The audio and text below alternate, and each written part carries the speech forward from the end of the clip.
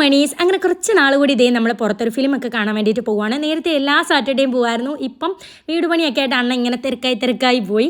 അങ്ങനെ നമ്മൾ ഫുഡ് കഴിക്കാൻ വേണ്ടിയിട്ട് കയറിയപ്പോഴാണ് പൊന്നു പറയുന്നത്, അത്ത എൻ്റെ കണ്ണിൽ ചെറിയൊരു വേദന, ഷിയാമ്മയുടെ വീട്ടിലെ ലൗലോല് വെച്ച് അന്നേരം കണ്ണിൽ എന്തോ പ്രാണി വീണെന്ന്.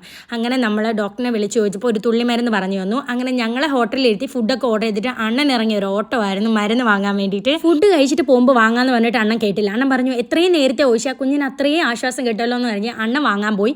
പക്ഷെ പൊന്നു പറഞ്ഞു അത്തച്ചി വന്നിട്ടേ ഞാൻ ഫുഡ് കഴിക്കുന്നുള്ളൂ. ഞാനും മോനുക്കുട്ടനും കുറച്ച് നേരം നോക്കി എന്നിട്ട് എത്രയെന്ന് പറഞ്ഞു നമ്മൾ ഫുഡിൽ നോക്കി നിൽക്കും. ഞാനും മോനുക്കുട്ടനും കഴിച്ചു. പക്ഷെ പൊന്നൂസ് കഴിച്ചില്ല കേട്ടോ. സത്യം പറഞ്ഞാൽ ഈ പെമ്മക്കൊക്കെ അത്തച്ചിമാരോട് ഭയങ്കര സ്നേഹം എന്ന് പറഞ്ഞ ഇതാണ്. അണ്ണൻ വന്നിട്ടാണ് പൊന്നൂസ് ഒരുമിച്ചാണ് ഫുഡ് കഴിച്ചത്. അപ്പോഴത്തേക്കും ഞാനും മോനുക്കുട്ടനും കഴിച്ചും കഴിഞ്ഞു.